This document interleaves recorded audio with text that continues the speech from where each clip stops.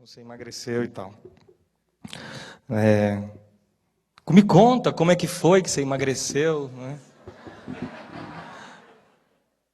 Não desejo isso aí, meu irmão. Para ninguém, nem para o meu pior inimigo, nem para os meus ex-pastores eu desejo um negócio desse. Deus me livre.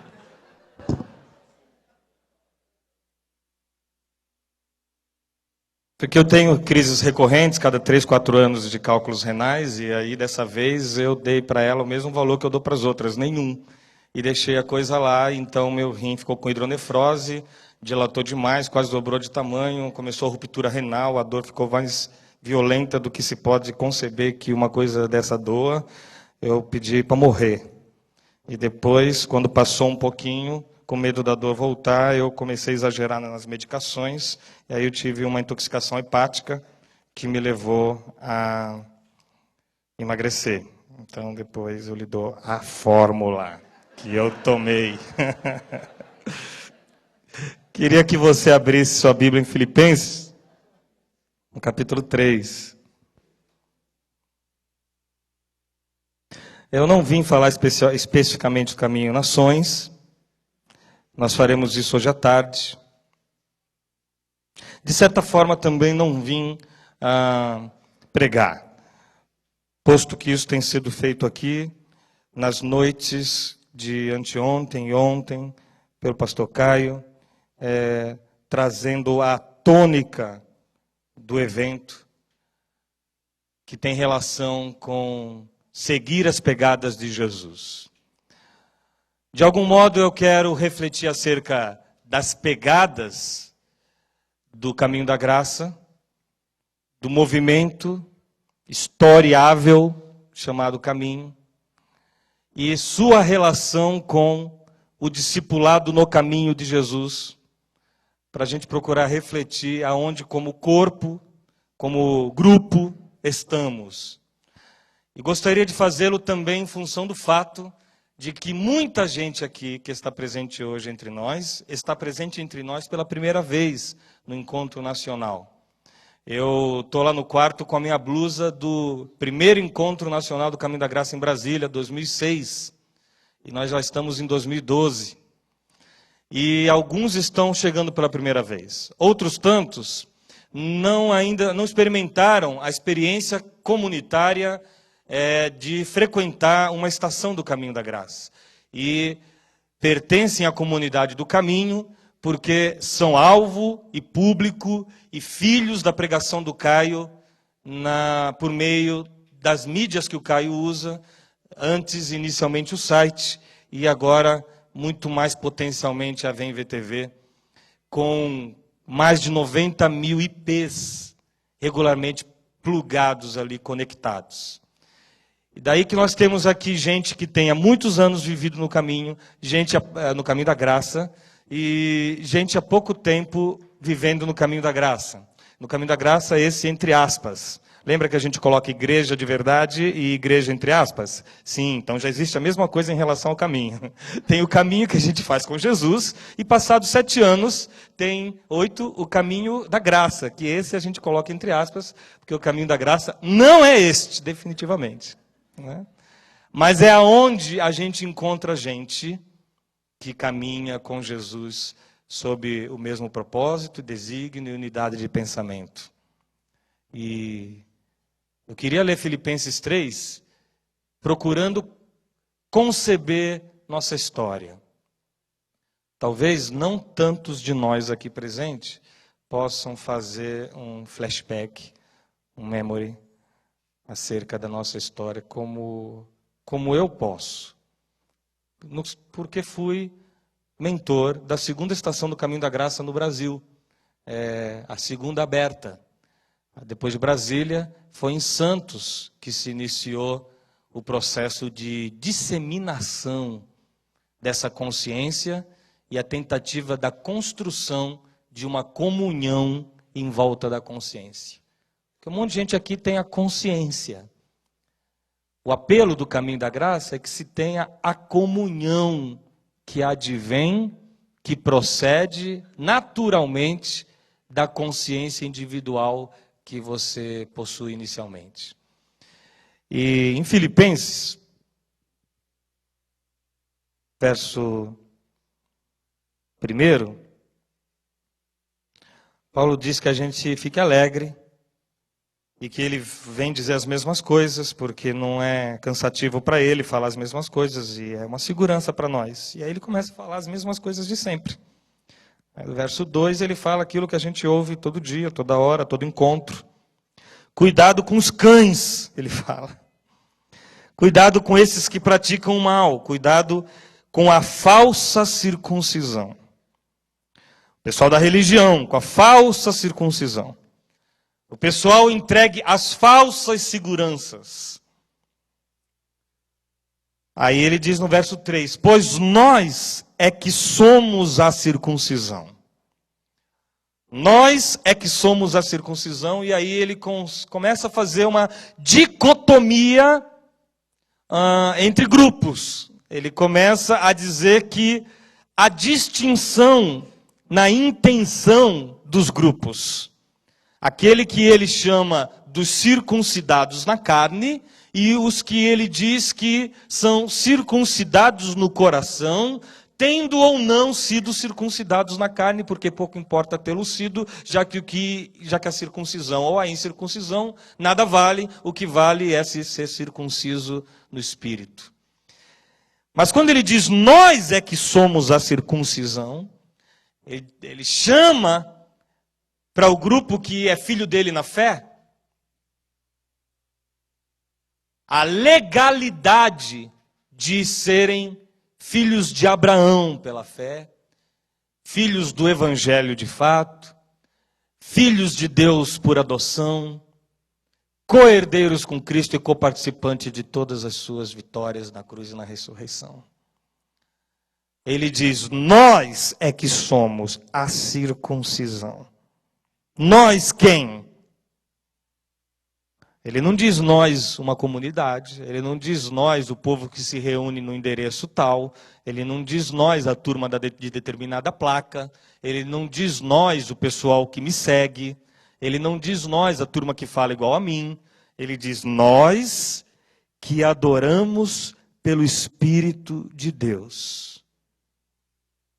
Nós que abrimos mão da intermediação humana, do sacerdócio de um outro, e então, como foi pregado, sendo um discípulo de Jesus no caminho, nós que adoramos pelo Espírito, porque o Espírito em nós habita. Nós é que somos a circuncisão. Nós quem mais? Nós que nos gloriamos em Cristo Jesus, diz essa tradução aqui na NVI. Nós que não somos fanáticos por ele, como reprisando o que o Caio falou, porque quem tem fã é ídolo, nós somos conscientes dele. Nós que fizemos de Cristo Jesus o lugar de onde se parte, o modo de caminhar e o lugar para onde estamos indo e que finalmente chegaremos um dia. Nós nos gloriamos em Cristo Jesus. Nós quem? Nós que não temos confiança alguma na carne. Confiança alguma em justiça própria. Confiança alguma em mérito, seja lá qual for. Nós que já não dependemos mais dos currículos de aproximação de Deus. Nós que não arvoramos como motivo de glória certa história eclesial, ministerial, de conversão na adolescência e depois de repercussão na juventude diaconal, presbiterial, pastoral, bispal, episcopal, e alguns só iam virar apóstolos se não chegassem aqui.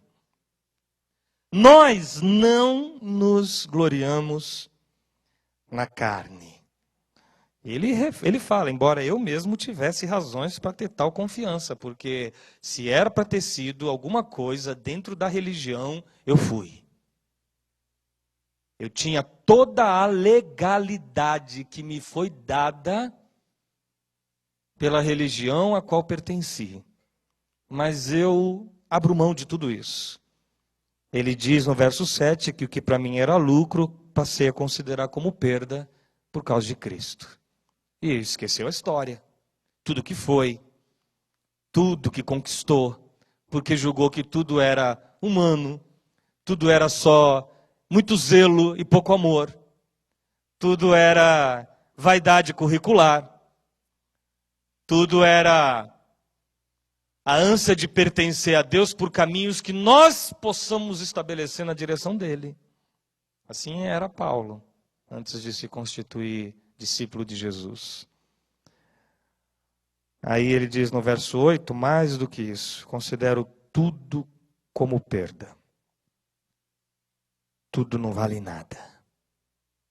Tudo que já me valeu bastante não vale nada para ganhar, comparado com a suprema grandeza do conhecimento de Cristo Jesus, meu Senhor, por quem perdi todas as coisas. Eu as considero como esterco para poder ganhar a Cristo e ser encontrado nele, não tendo minha própria justiça, que procede da lei, das ordenanças, de um andar baseado nas regras e não na consciência estabelecida dentro de mim,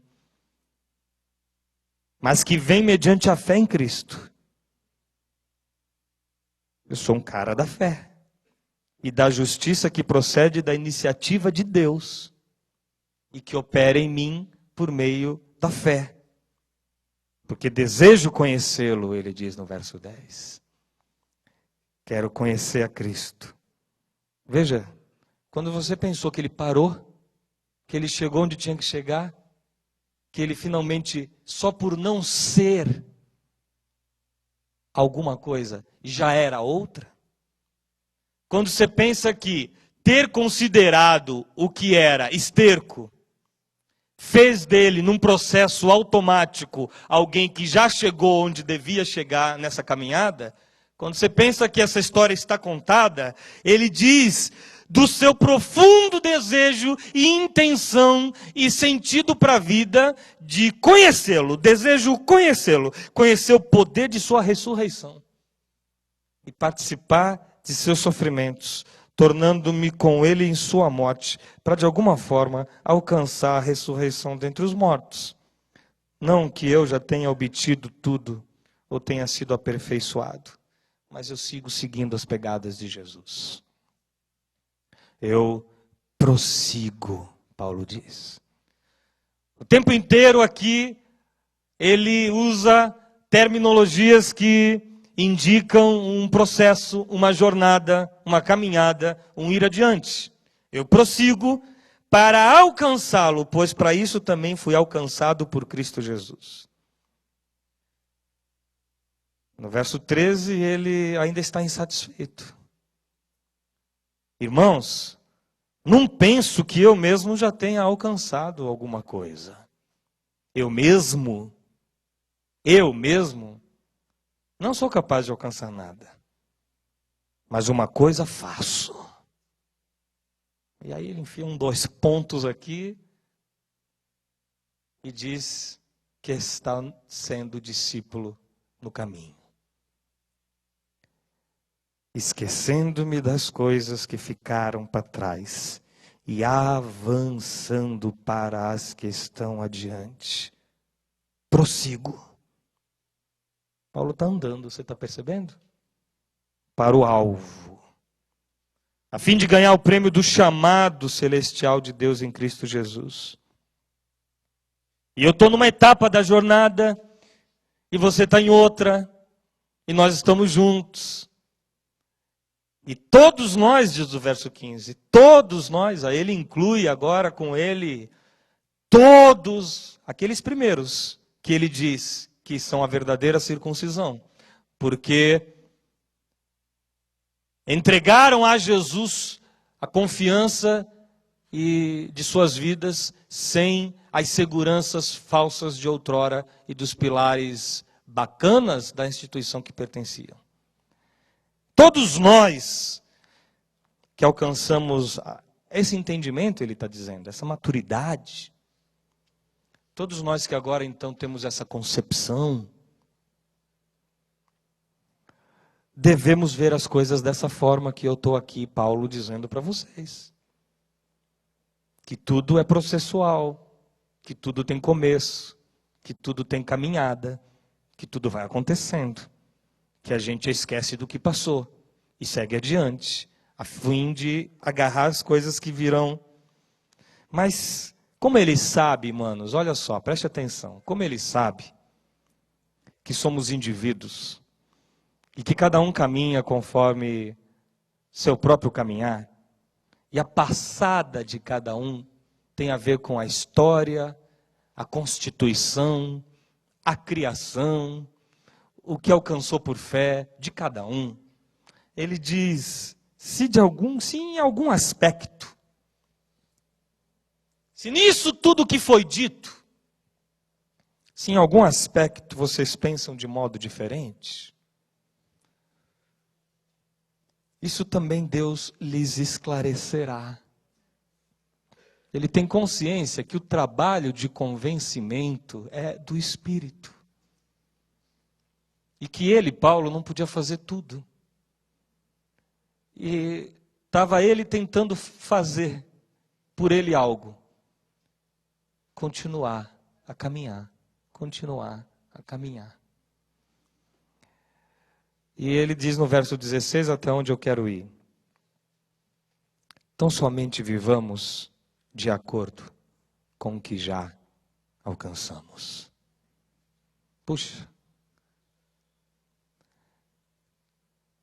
Se nós pudermos viver tão somente já, desde agora, a partir deste instante, momento da sua vida, conforme o que já alcançamos. No demais, manos, Deus nos esclarecerá. Porque a jornada segue. A caminhada continua. Desde 2003, no que nos diz respeito, a partir do site, o portal profetizado por um senhorzinho para o Caio, por meio do qual entrariam milhões de seres invisíveis, e o próprio Caio não tinha nenhum discernimento do que se tratava isso à época, só veio a ter depois. O chamado a essa condição aqui. Mobilidade, não são esses os termos? Ou ao menos eram. O convite a ser um hebreu, existencial. Porque o pessoal não entendeu e agora acha que não tem endereço nenhum para se fixar, não é? Um dia eu dei uma entrevista e me perguntaram, onde é a estação do Caminho da Graça da Sociedade? Eu não sabia nem se eu podia dizer. De tão... A gente está por aí. Não dá nem para o cara ir na estação. Essa confusão toda que a gente faz é normal, entre caminho e caminho entre aspas. Porque a gente é igual à igreja, a gente pensa que a igreja é a igreja. Né? Mas de 2003 para cá, houve esta pregação. Botem-se, coloquem-se em movimento, em desinstalação. Abram mão das seguranças de outrora. Parem de se ancorar em pilares da ilusão. E vamos nos agarrar a Cristo e seguir com Ele só. Só. Aí, 2004, se eu não me engano, foi esse ano que Caio começou em Brasília.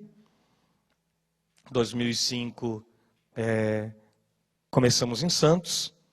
E numa conversa, o Caio me disse, você me ajuda a dar conta de um monte de pedidos que eu estou recebendo por e-mail, de gente que quer experimentar o mesmo processo, de se desancorar e caminhar, procurando chegar à maturidade, ao crescimento no amor em Cristo, você dá conta de me ajudar a fazer com que um monte de gente experimente, quem sabe, e sim, pela primeira vez, a possibilidade de viver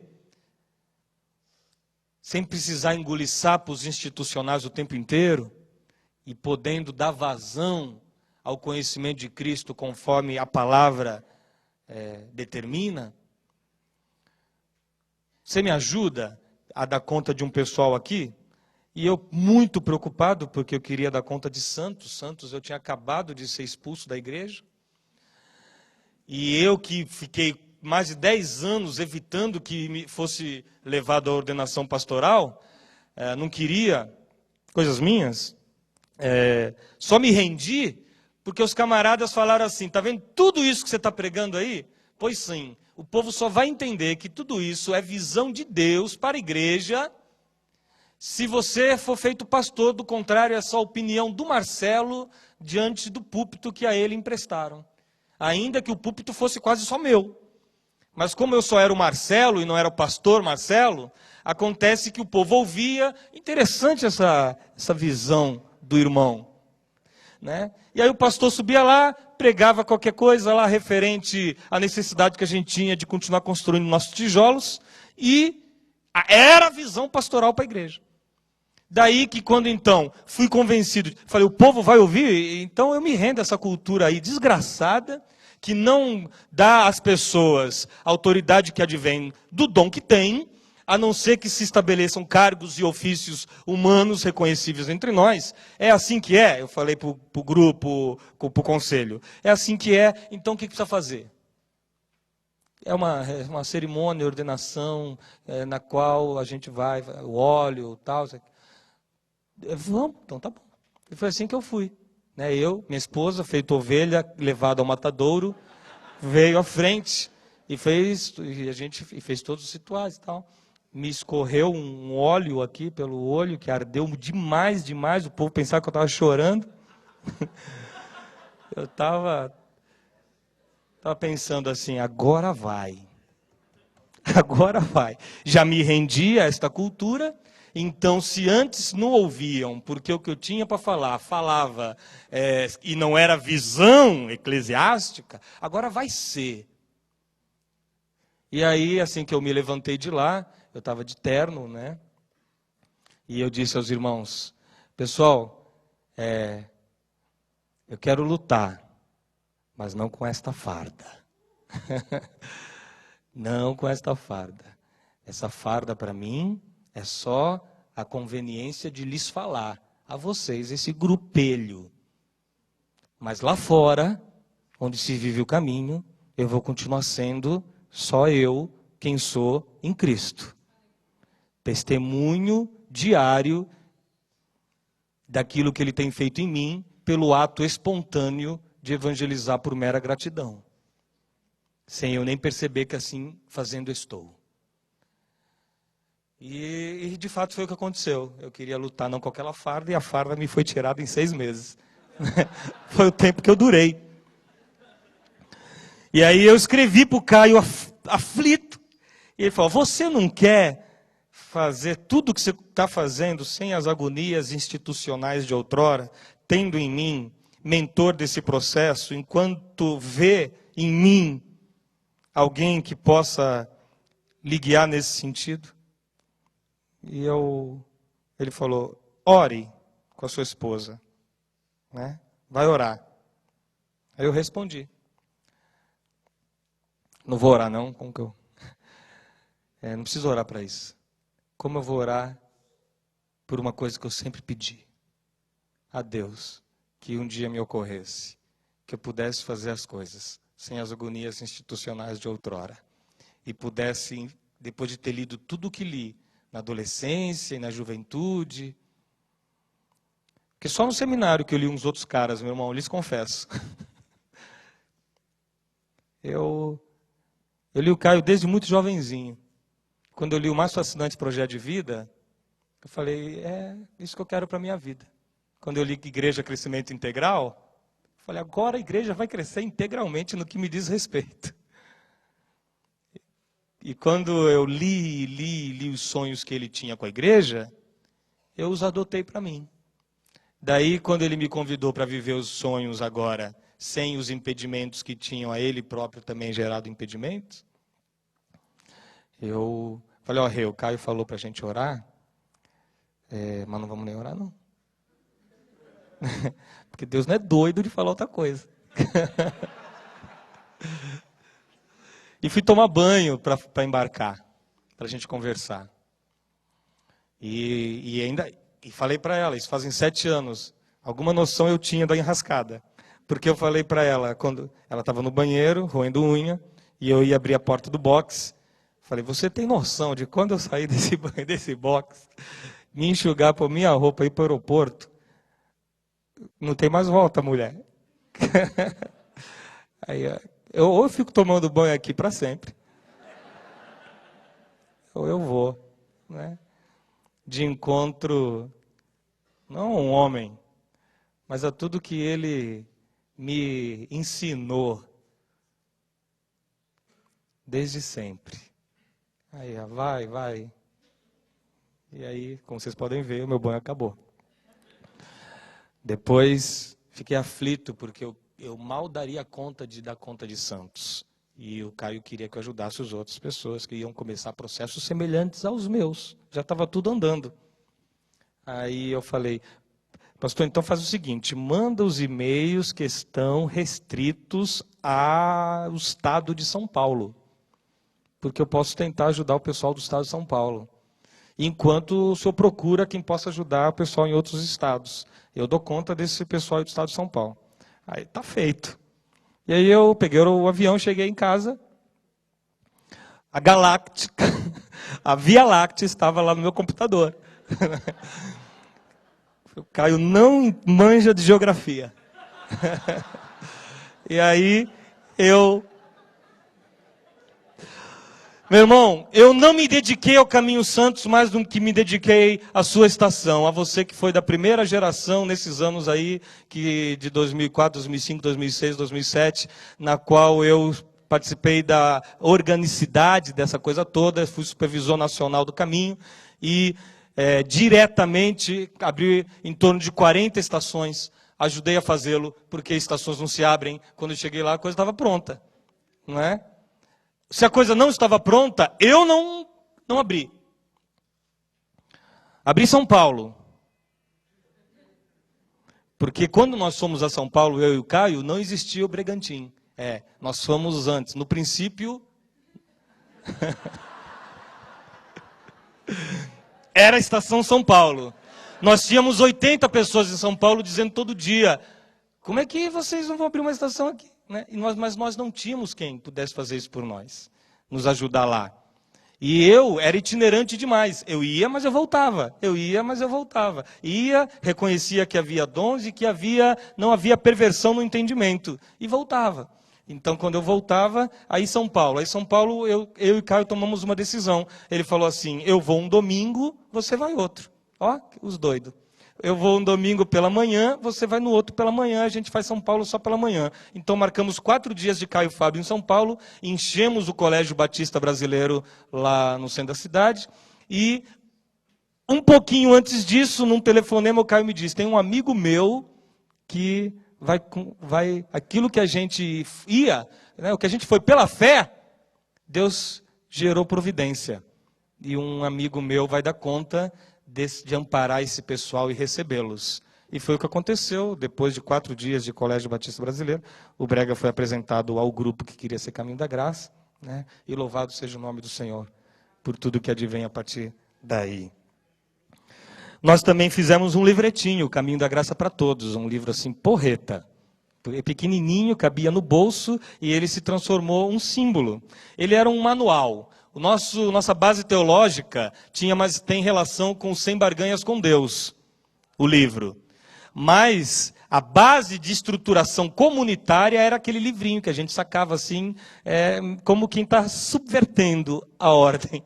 Né? Tirava do bolso, dava para o irmão do lado da igreja, lê isso aqui. Depois conversa comigo, a gente se encontra na saída ali. Era mais ou menos assim que as coisas começavam e as estações começaram nas suas cidades. Depois disso, 2007, teve a Caminhada Paulista, que levou o Caio por São Paulo toda, fazendo um percurso legal. E depois começaram a vir pedidos de que se fizesse as coisas lá fora também. As coisas estavam sendo feitas aqui dentro. E veio a VMV-TV. E quando a VMV-TV chegou, os dispersos todos do evangelho por aí, na Europa, nos Estados Unidos e no Japão, queriam ser visitados, recebidos, amparados, que nós estendêssemos a eles a destra da comunhão, porque foi só o que eu fui fazer nesses lugares. Não fui determinar a visão com a qual se trabalha.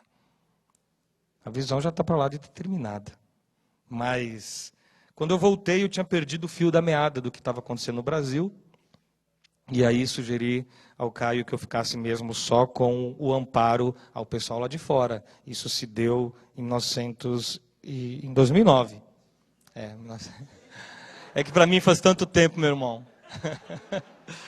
Em 2009, eu fiz um giro aí, a partir de 2009, que começou na Flórida com a Dailton, e depois outros países e outros lugares, e o pessoal que estava ligado na VMV-TV. Aí eu vi que a revolução era fantástica.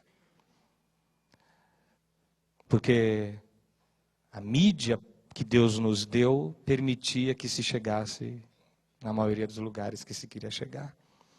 E os processos outros vocês conhecem. Em 2010 teve a Nigéria, e em 2011 nós queríamos começar o nosso movimento chamado Al-Sacra.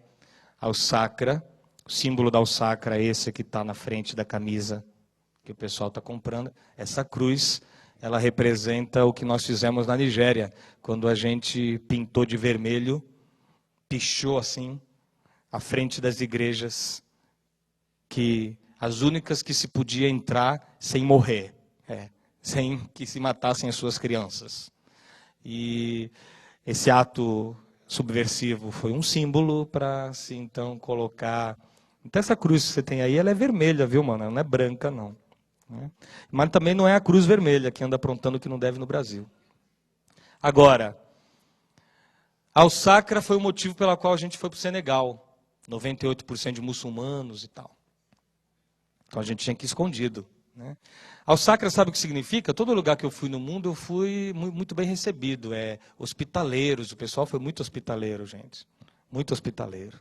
Mas à medida que você pisa em lugares hostis, de hostilidade, aí a gente foi levando um movimento mais discreto, menos aparente, sem muita evidência, para não atrair para si inimigos desnecessários e assim ser impedido de fazer o trabalho. Acontece que quando pisamos no Senegal, pela Al-Sacra, o Edmilson me escreveu: Marcelo, vamos parar de falar baixinho. Porque aqui está dando tudo certo e o governo está apoiando a gente. Aí eu falei: rapaz, então não pode mais ser Al-Sacra. Não pode. Se for Al-Sacra, eu salvo 2 crianças. Se for o caminho aqui, a gente dá conta de fazer o maior projeto social do Senegal, do qual nós vamos dar notícia hoje à tarde. E foi assim que, então, fomos ao Senegal. E essa foi minha história. Tem sido minha participação nesse processo no que diz respeito à cronologia dos fatos. Não é? Então, quantos anos nós temos de Caminho da Graça como movimento? Você está nisso no seu tempo, 1 ano, 2 anos, 3, 4, 6, 7, 8. Para onde estamos caminhando, pessoal? Essa é uma pergunta que eu tenho comigo. Esse aqui é um encontro nacional do Caminho da Graça. É um encontro nacional do Caminho da Graça? Então é uma pergunta absolutamente pragmática, simples, direta, que eu tenho comigo. Para onde é que estamos caminhando? E estamos caminhando de modo a seguir as pegadas de Jesus, de tal forma que a gente se tornou, quando tomou sua cruz, portador de sua graça, amor e fraternidade? Nós estamos caminhando conforme fomos chamados, ou ao menos segundo aquilo que já alcançamos na caminhada? Paulo diz. Porque enquanto eu lhes falei cronologicamente, existencialmente, uma série de coisas se deu no caminho da graça. Na nossa vivência. Eu vivi todos os momentos dessa história. Os momentos iniciais, onde havia certa tensão entre legalismo e libertinagem naqueles que vieram.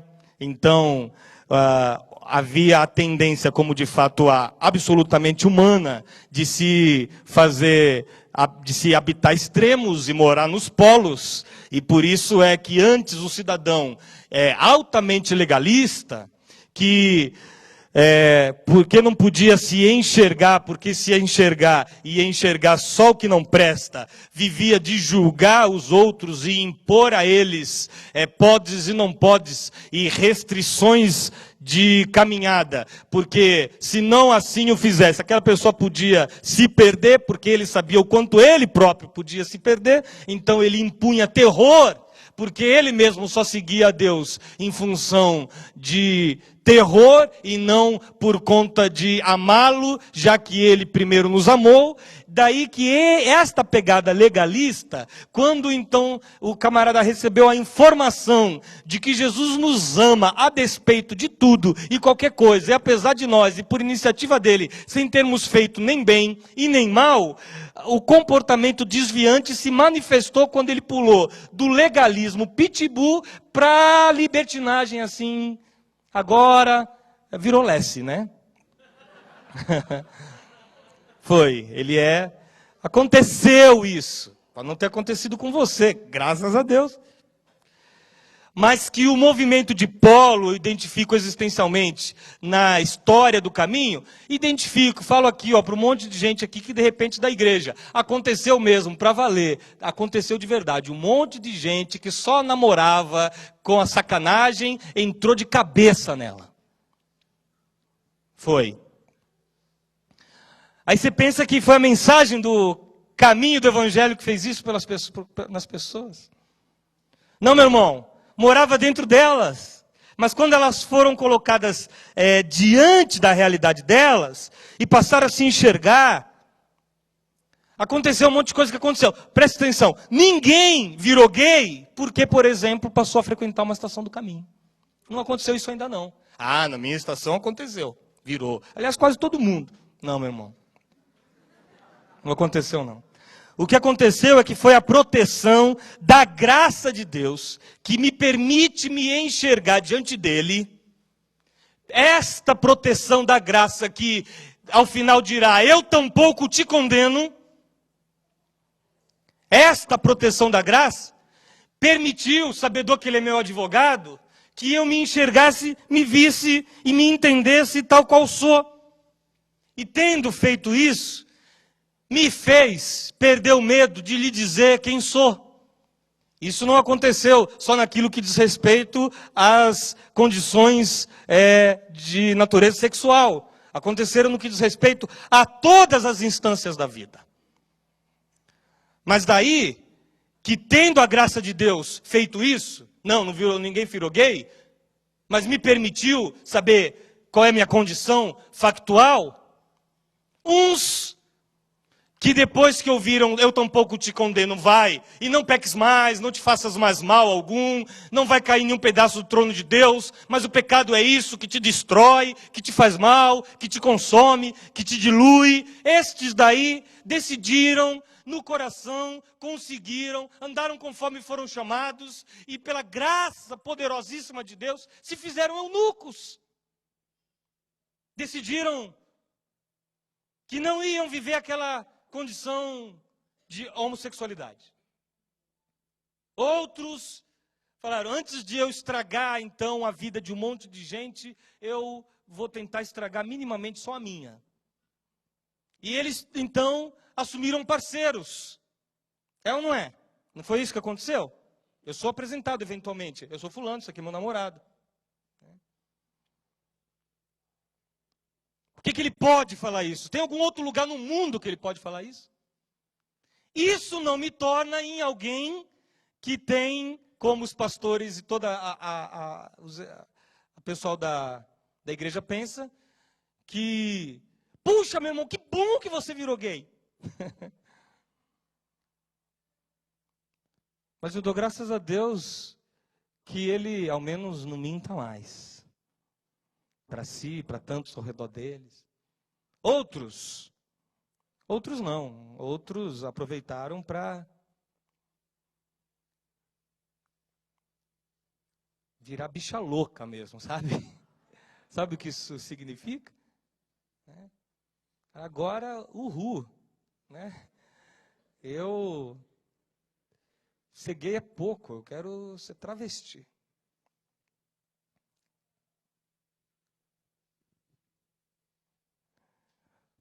Cada um, todos receberam a mesma mensagem.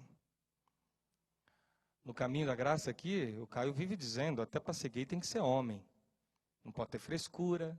O caminho da graça não casa homossexuais. Nunca o fez, nunca o fará. Não gosta de homem vestido de noiva, nem vestido de mulher. Se pudesse optar, todo mundo que é homem seria homem, todo mundo que é mulher seria mulher. Homossexuais não mentoram estações do caminho da graça. Esse não é um modelo comunitário de fato, porque no princípio criou Deus, homem e mulher os fez. Agora, isso não muda o fato de que o irmão é exatamente só um outro igual a mim, e ambos dependentes da graça, que precisam caminhar em meio à compaixão, misericórdia e exortação sadia o tempo inteiro. Assim que funciona. Mas eu vi em Santos, gente que voltou depois assim, arrebentado. Comi o mundo inteiro e voltei. Tá bom, meu irmão. Seja bem-vindo de volta. Também existe uma outra questão que afligiu mentores, a alta expectativa em função do que ia acontecer, a alta expectativa em função de que agora nós íamos ter o céu na terra. Né? Fomos chamados para ser o sal da terra, mas o pessoal queria ter o céu na terra. Puxa, na igreja a coisa era tão ruim porque tinha muita fofoca, porque tinha muito juízo, porque tinha muito diz que me diz, porque tinha muita vaidade. Agora no caminho, isso não vai acontecer, e aleluia. E quando chega do lado de cá, o que ele encontra do lado de cá? Gente! O mesmo tipo de gente que tinha do lado de cá. Gente, de novo. Ah, complicou agora. É melhor eu ser só um movimento de consciência.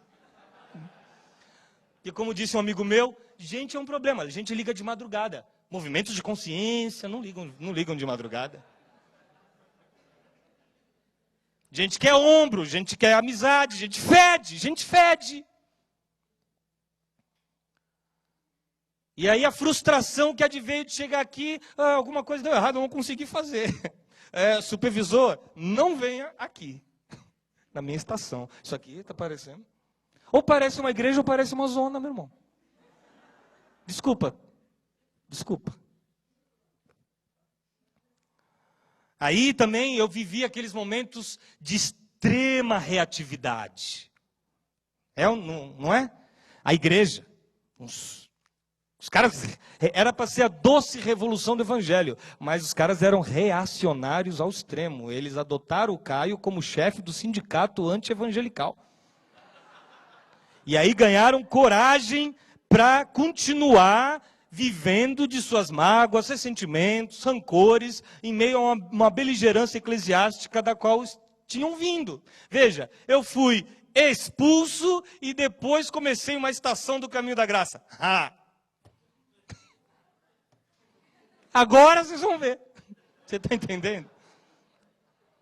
No dia seguinte, quando falaram lá na igreja, Marcelo não está mais entre nós, porque a visão do Marcelo é uma e a visão da igreja é outra, o pessoal, a maioria, que tinha se convertido nos últimos anos ali, eles falaram, pois eu só conheço uma, é a visão que me era pregada o tempo inteiro, e que adivinha daquilo que o Marcelo pregava. E daí que eu, que queria fazer um negócio todo secular, todo café com graça, todo...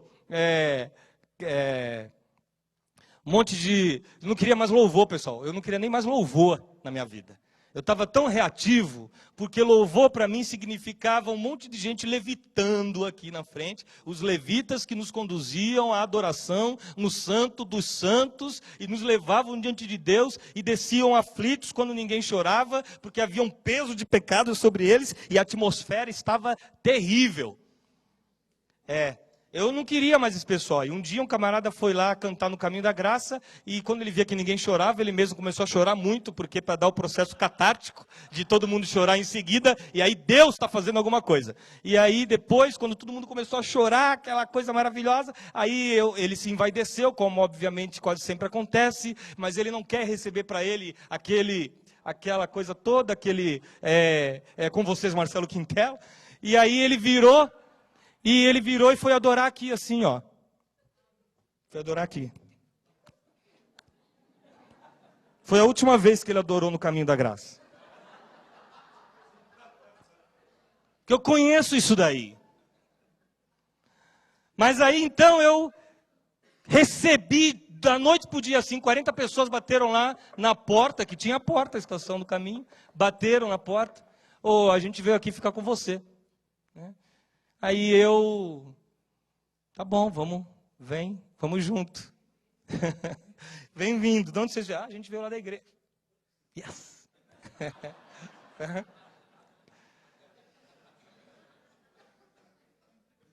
Meu irmão, isso tudo aí, ó. Somos nós, isso tudo aí. O próprio Caio não confessionou um dia desse, aí não falou. Meus primeiros inscritos ainda eram carregados de muita reatividade em função de tudo que aconteceu. Né? Normal, é assim que é, natural, acontece. Problema é o cara pensar que essa é a mensagem. Isso é que me deixa assim perturbado ao extremo. Guardadas as devidas proporções, é como se Jesus andando e nós em suas pegadas, transformasse a mensagem do Evangelho, que é ele, naquela que ele eventualmente dizia, cuidado com os mestres da lei. Sim, é como se ele fosse a uma cidade, para de vez de dizer, é chegado o reino, que é o que ele fazia ao adentrar numa cidade, ele viesse e fosse falar ao pessoal na porta das sinagogas, cuidado com os mestres da lei, porque de fato ele o disse. E nós sempre o dissemos. Contudo, essa não é a mensagem. E aí, crises constantes várias, e por falar em Caio, em função da figura dele. Aí eu vejo isso aí o tempo todo. Ora, o camarada quer usar o Caio como elemento de promoção para aquilo que ele está fazendo, mas se ele não receber muito apoio, então o Caio se torna imediatamente um elemento de escândalo. Então, ele ainda fica titubeante. E se está titubeante, não devia nem estar entre nós. Se está defendendo o Caio por aí, não devia nem estar entre nós. Não percebeu ainda que pelos próximos 20 anos, ou por todo o tempo que ele existir entre nós, será sempre, na boca dos porteiros do reino, um cara que eles precisam fazer calar a boca, como não conseguem, então não conseguem tirar dele a mensagem, tentam enfraquecer o mensageiro. E aí você cai nessa palhaçadinha, fica no meio disso, nessa bobeirinha. Não está percebendo que os caras só estão preocupados que manter seus tronos? E a mensagem que o Caio prega, disseminando-se por aquela comunidade, sem o cara saber lá na frente. O cara está lá no púlpito, ele não está sabendo quem vê ou não vê o papo de graça. Isso que é o negócio mais revolucionário. Ele não está sabendo. Mas se quando ele pede adesão à igreja, a algum surto eclesiástico dele, quando ele se põe pajé de seus irmãos, e alguém não lhe beija a mão, é possível que esse cara esteja assistindo o papo de graça. Virou neurose nessa turma toda aí.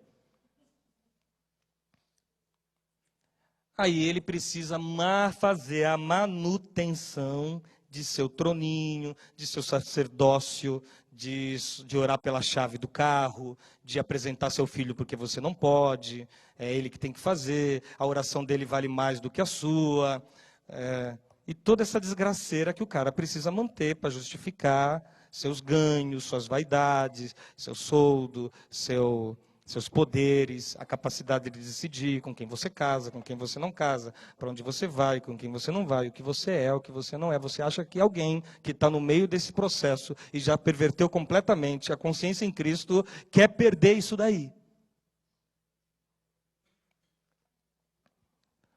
Hoje vivemos um momento outro atual que eu julgo extremamente interessante.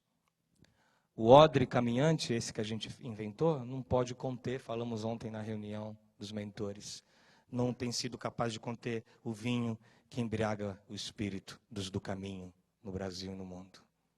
O que eu quero dizer, o caminho não foi o receptáculo, destino final, pouso automático dos que ouvem o Caio pregar, dos que ouvem o caminho reverberar, o que o Caio prega. Mas ainda assim, apesar desse golpe aí, meu irmão, na nossa autoestima caminhante,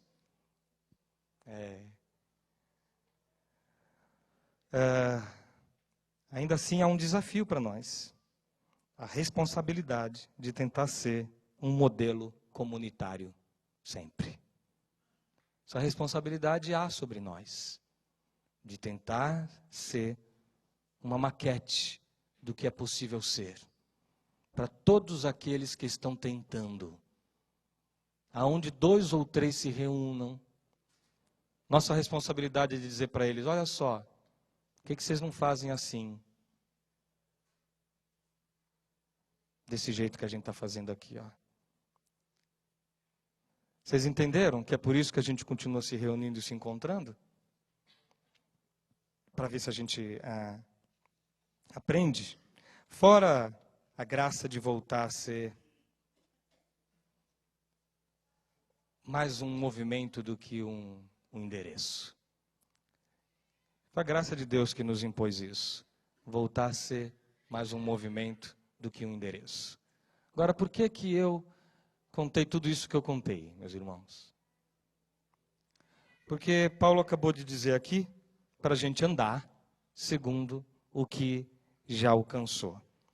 E Paulo está dizendo que ele começou uma caminhada porque deixou a estrada que ele seguia. Tendo deixado a estrada, o fez e agora não tem mais segurança religiosa alguma e nem currículo nenhum. Ele é só ele. Filho amado de Deus, servo de Jesus nesse mundo.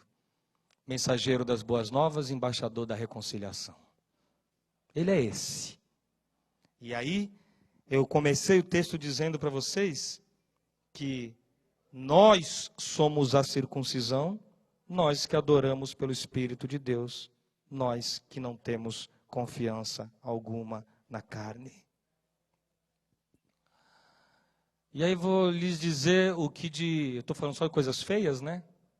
Mas vou lhe dizer aquela que eu acho a pior em relação à nossa relação histórica com a igreja. A pior tem a ver com isso aqui. Preste atenção, sabe qual é a pior? Essa evangelicofobia que a gente tem, que alguns de nós possuem, 99%, vai? Essa evangelicofobia está nos tornando tão evangélicos quanto os evangélicos que deixamos, à medida que a gente estabelece um credo, um sofisma, um credo baseado num sofisma. Num sofisma que é qual? Só por termos nos afastado daquela primeira condição, julgamos inconscientemente que de algum modo estamos mais próximos de Deus. Você está me entendendo? Isso eu vejo acontecer também o tempo inteiro. Quando você abandona aquela condição na qual antes existia, e havia até motivos para você confiar de fato na carne, você tem uma história lá, alguns de nós tinham uma história, só por se afastar desta primeira condição, dessa primeira paisagem, dessa cultura, desse jeitão, desse métier, só por se afastar daquele tipo de ser e de fazer as coisas e migrar para um outro. Alguns então passaram a pensar que este caminho que fizeram é de fato o caminho da graça. E tendo feito isso, passaram a confiar na carne, voltaram a ser filhos da circuncisão, porque decaíram da graça à medida que estão satisfeitos de estarem em Deus, só porque não estão onde estavam. Deixa eu fazer você tentar me entender. Alguns não se converteram ao Evangelho de Jesus. Migraram geograficamente. Transferiram-se de membresia.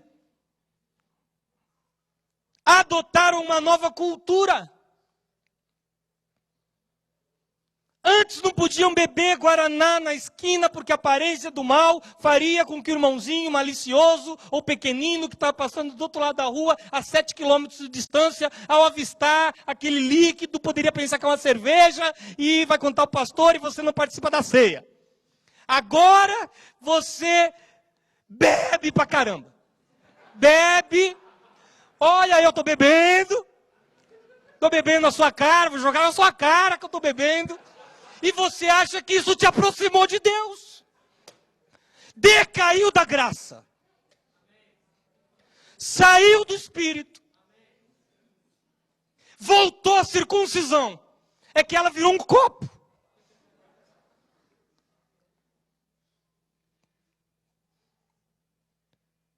Mas quem disse que a migração é o discipulado?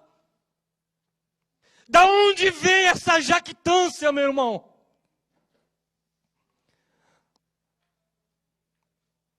Não acabei de lhes dizer que nossa história nem é tão bonita assim? Ainda é um bando de traumatizado. É isso que é.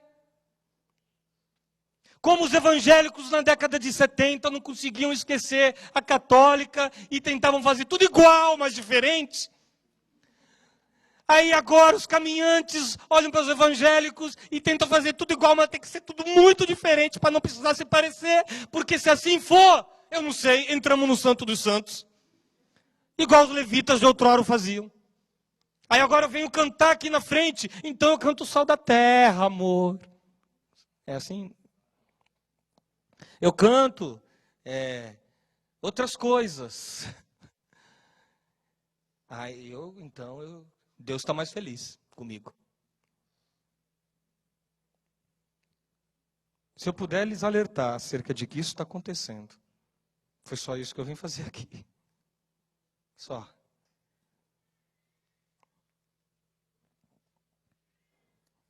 E se a gente continuar confiando na carne, eu tenho medo de tem gente que compra essa camisa e eu fico com medo, meu irmão. Eu fico com medo. De verdade. Porque é tribal a nossa consciência. Não há consciência, mas há pertencimento. Então, há pertencimento. É aqui que eu vou ficar agora. Porque aqui, eu acho que eu vou para o céu. Aqui. Antes eu achava que era ali. Daqui a pouco, você está achando que é outro lugar. Essas coisas existem. Existem coisas feias no caminho, um monte. O pessoal confundiu simplicidade com simploriedade. Não sei nem se existe esse termo, mas simploriedade é o ato da simplicidade descompromissada, relaxada. Isso que é simplicidade. Deveria ser simplicidade caminhar no Evangelho, mas virou compromisso relapso com as coisas do Evangelho. Antes o culto começava às 20 horas. Agora é 21h30, porque se começar às 20 horas eu vou me parecer com aquele pessoal lá. Tem que ir para o psicólogo, pessoal, todo mundo aqui.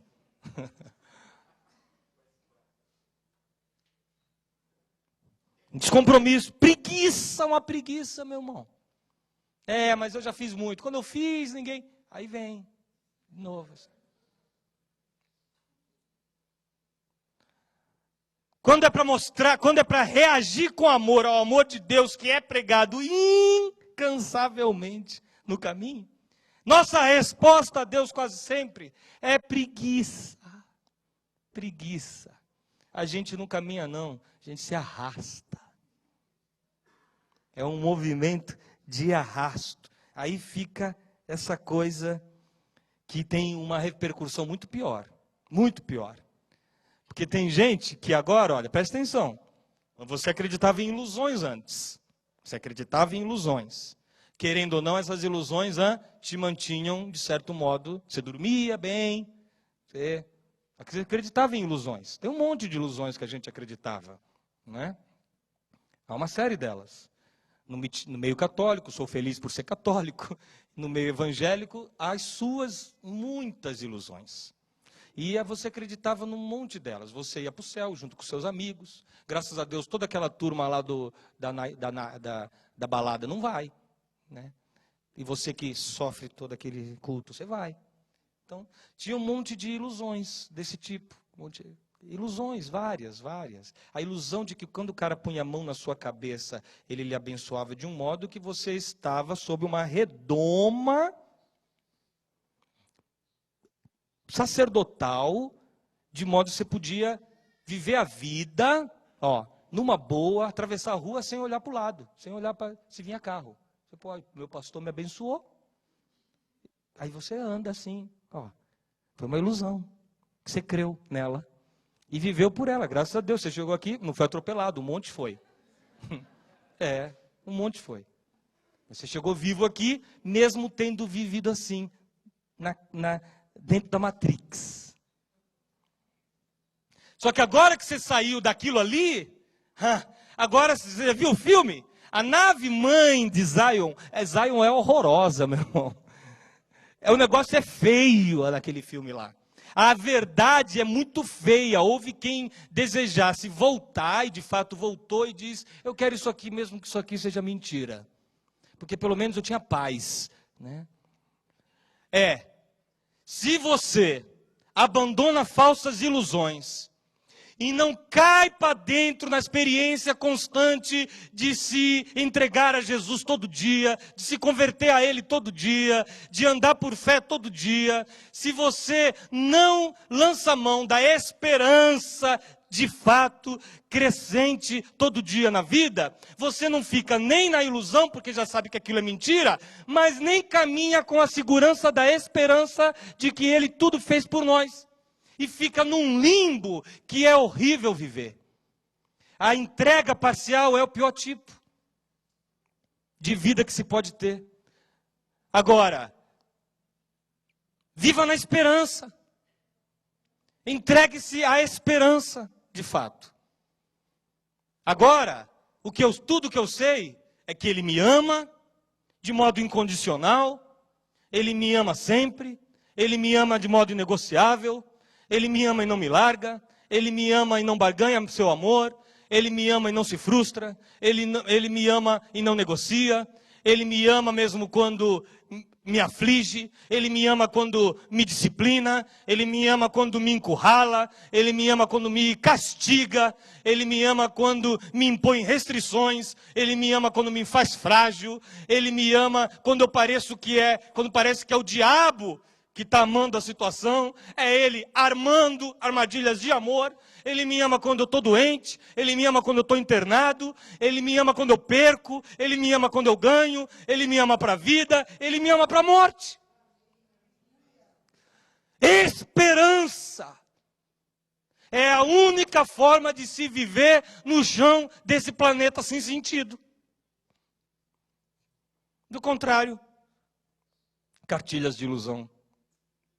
Tem um monte. Agora, você veio para Jesus? Foi para Jesus que você veio? Meu irmão, não dá para vir pela metade. Ou você agora cria a experiência devocional, pessoal, de buscar a quem já te foi entregue no coração. Ou você o busca de todo o coração, porque agora ele já se tornou achado de nós. Não precisa mais ser caçado, você que é a caça. Se agora ele está dentro, você começa a viver as repercussões de como é viver está dentro. Agora, quer saber o que nós somos 8 anos depois?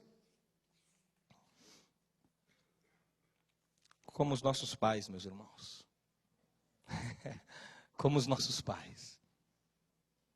A não ser que a gente tome a decisão que nos foi proposta esses dias aqui. Pelo amor de Deus, compre lá os DVDs. E ouça, e internalize, e leve para a mente, por circuitos que são absolutamente físicos mesmo, sinapses neurais. Leve para a mente. O resto deixa que o Espírito faz. Porque quem põe da mente para dentro do coração e do Espírito e transforma aquilo em fé sólida é o Espírito. Mas vai, deixa da preguiça caminhante e faz a sua parte, meu irmão. Que é só assim, eu quero ser discípulo de fato. Não importa a implicação disso. Por fim, quero dizer, que eu já passei aqui do tempo, não é?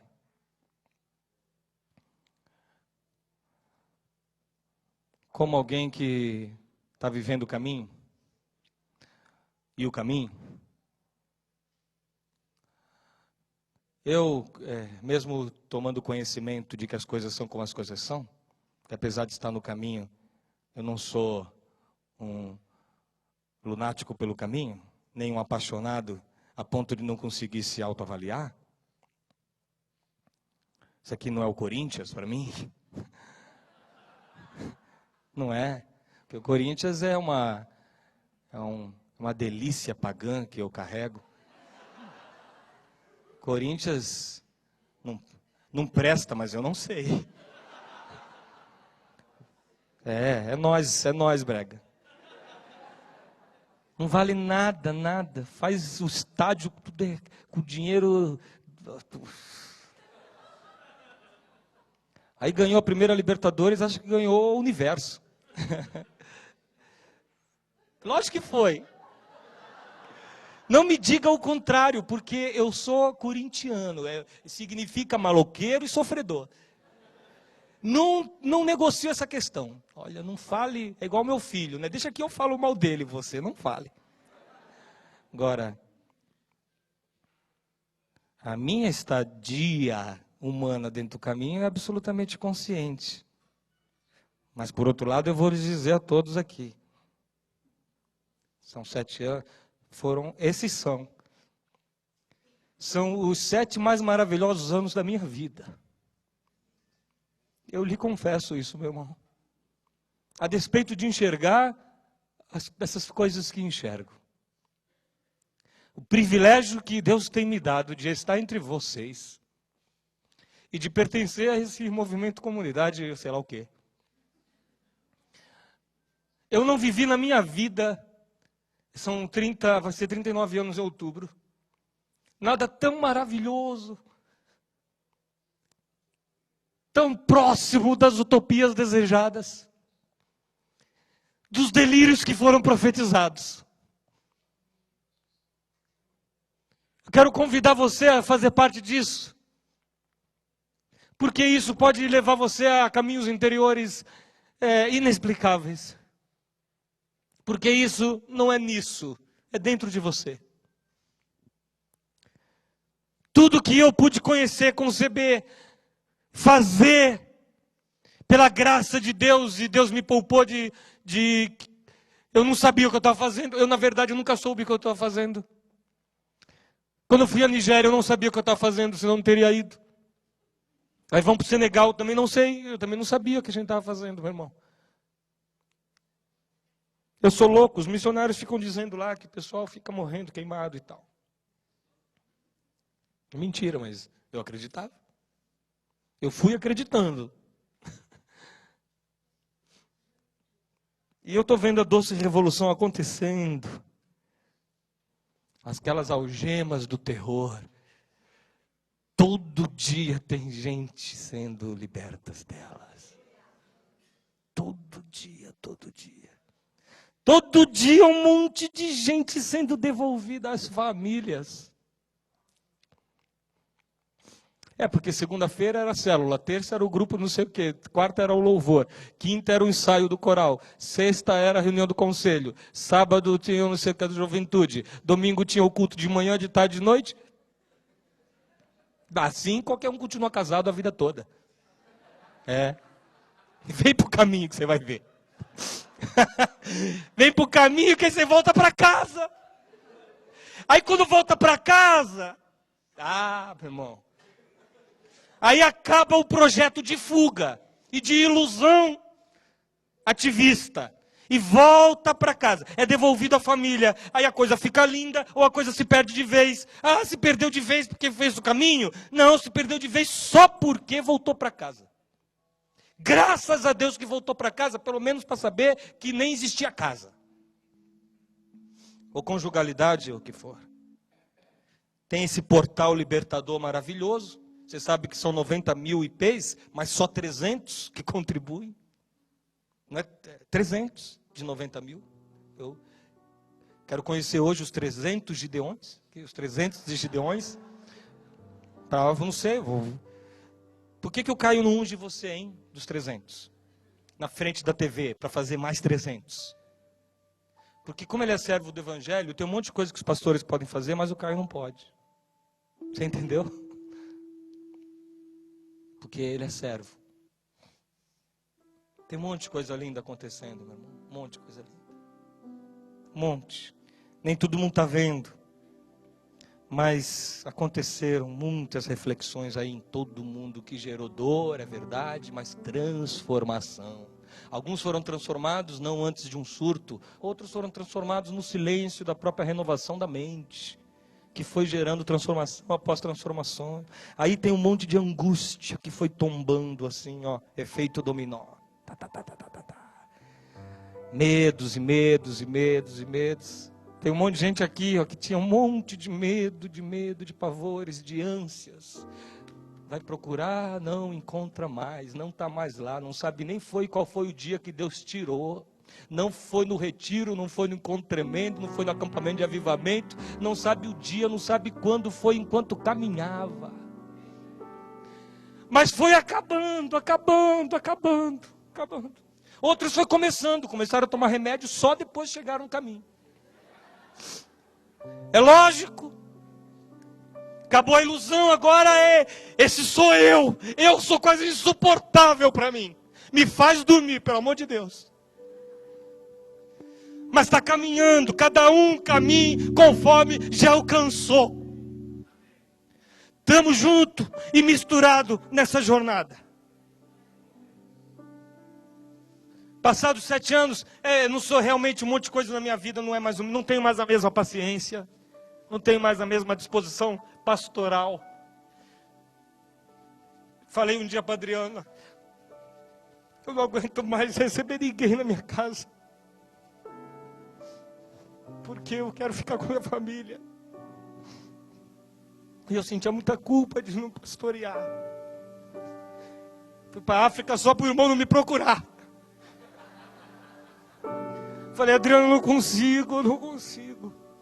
A pessoa liga, marcando, tal, ela tem lá um problema.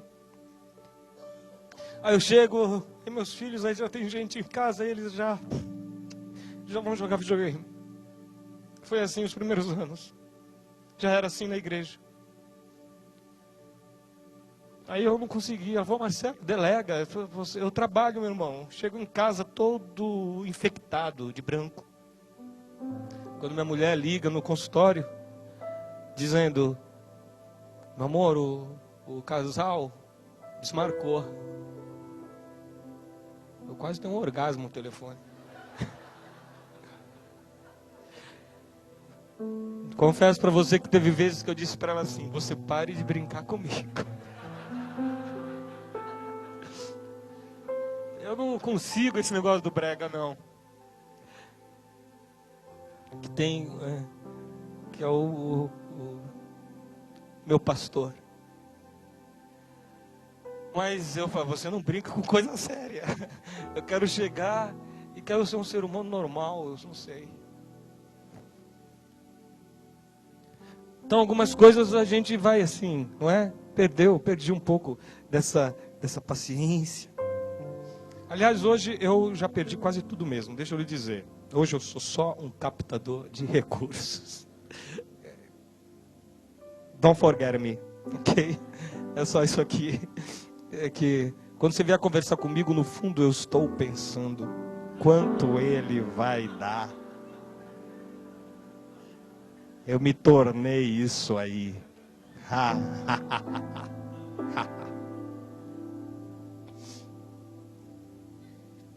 1000 livros foram vendidos agora. Em torno de 90 dias vai dar 24 mil reais. Uau! Teremos sustentado um mês dos nossos trabalhos lá fora. Um único mês.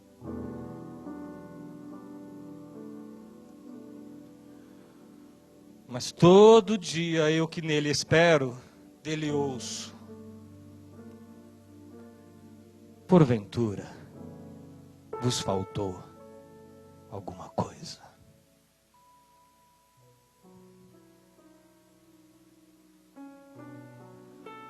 Nunca nos faltou nada. E Ele faz de propósito, Senhor, de nos manter assim sem nada. Só para a gente continuar nele esperando. Nele esperando. Então fique, meu irmão. Ah, são vocês? Não é, tem gente que tem medo de vir, né? Ficar com a gente. Eu quero falar isso aqui, ó. Só falta perguntarem pra gente, são vocês os que haviam de vir ou devemos esperar por outro? Só está faltando isso. Querem que eu faça a propaganda do caminho.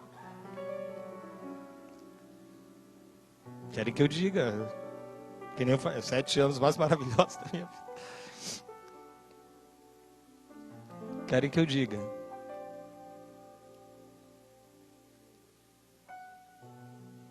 Tá bom. Tá bom, minha irmã. Aí eu digo... O que eu estava falando, Dora? É vocês que deviam de vir ou deviam esperar? Como se, em função da gente existir como comunidade, de fato a história fosse mudar. Ô, meu irmão. Como se o Caio tendo morrido e ressuscitado, que foi o que aconteceu, e eu botei minha mochila nas costas de novo, quando eu tinha colocado ela no chão, porque o Caio morreu e ressurgiu, pela graça de Deus. E aí eu e o monte aqui voltou a crer que fosse possível. É ou não é? E quando ele morreu, a gente, agora acabou. No seminário eu tinha estudado lá. Era Caio Fábio. Era Caio Fábio. Característica, a última unanimidade protestante no Brasil. Aí quando acabou, ninguém saiu da fé, eu tenho certeza, como ele mesmo diz. Mas que um monte de gente tirou a mochila das costas e falou, eu também parei então. Para quem eu estava olhando, quem estava olhando parou? Parei.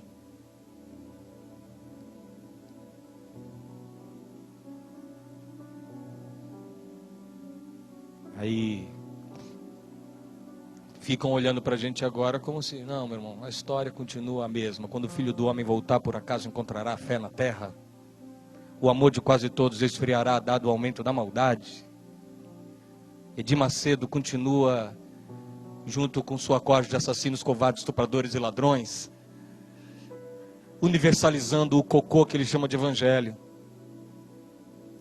E o silêncio dos bons, na mesma proporção, continua gritante. Eu presto atenção no que eles dizem, mas eles não dizem nada.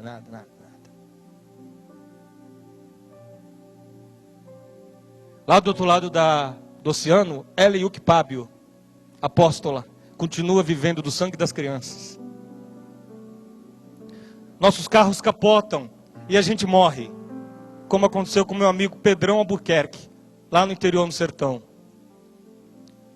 Homem do caminho. A gente adoece. A gente casa, se dá em casamento e também se divorcia. Nada mudou fora. Mas tudo pode começar a mudar dentro.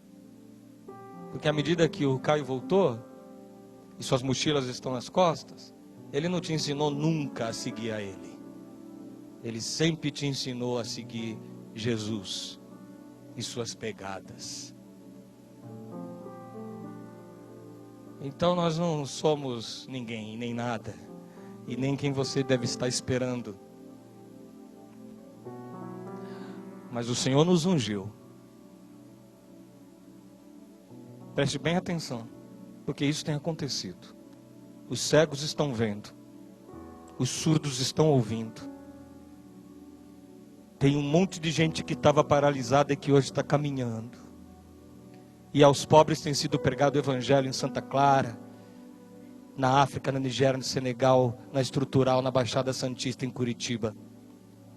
Em todos esses lugares aqui. E quem vê em nós motivo de escândalo ou tropeço?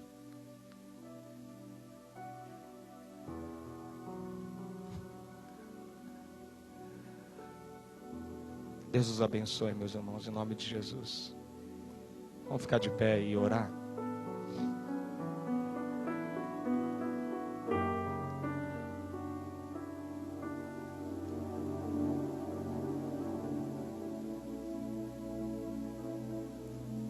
Dê a mão para quem está do seu lado.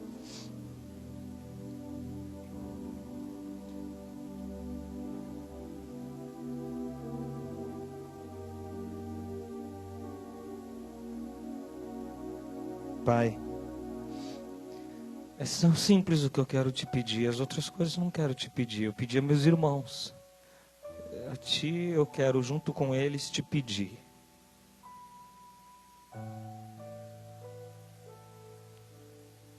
Não permita que isso aqui se torne a nossa nova circuncisão. Não deixa que a babaquice nos tome a ponto de a gente voltar por caminhos diferentes e modos outros a comer do que vomitou e a se sujar depois que lavou. Faz a gente parar de olhar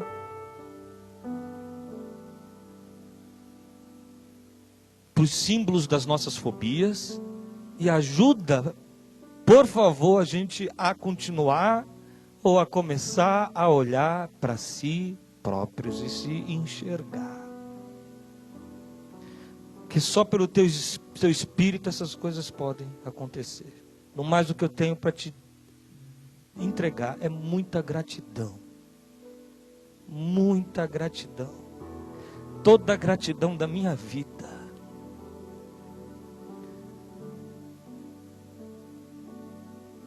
Toda a gratidão que junto com a minha sobe a ti, para dentro do nosso coração, onde tu moras, em cada um dos meus irmãos.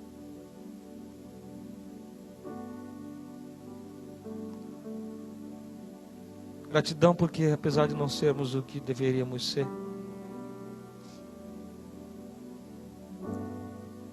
já não somos mais quem éramos e estamos caminhando.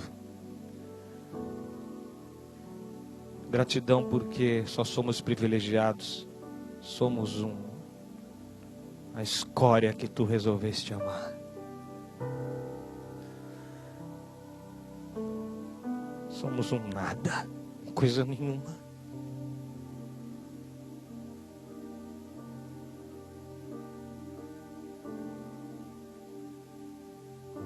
Somos todos e qualquer um. Não temos marca, não temos slogan, não temos símbolo, não temos sinal. Não morreremos pelo caminho da graça.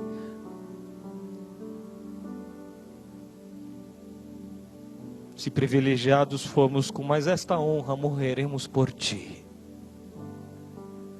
Só por ti vale. E ainda assim eu te agradeço pelo caminho da graça, movimento histórico no qual estamos introduzidos pela tua graça. Em nome do Senhor. Amém e amém.